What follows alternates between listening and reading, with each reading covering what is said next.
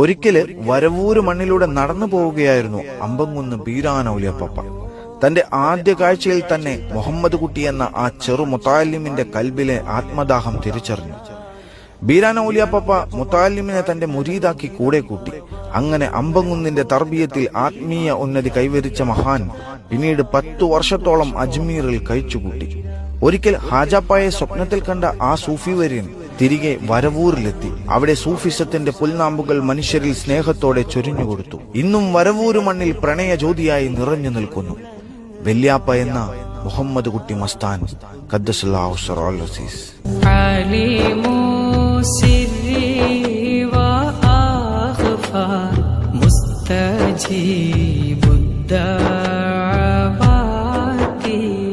ഒളിവും തെളിവും മറിയുന്നു പ്രാർത്ഥന കേൾക്കുന്നുടയോ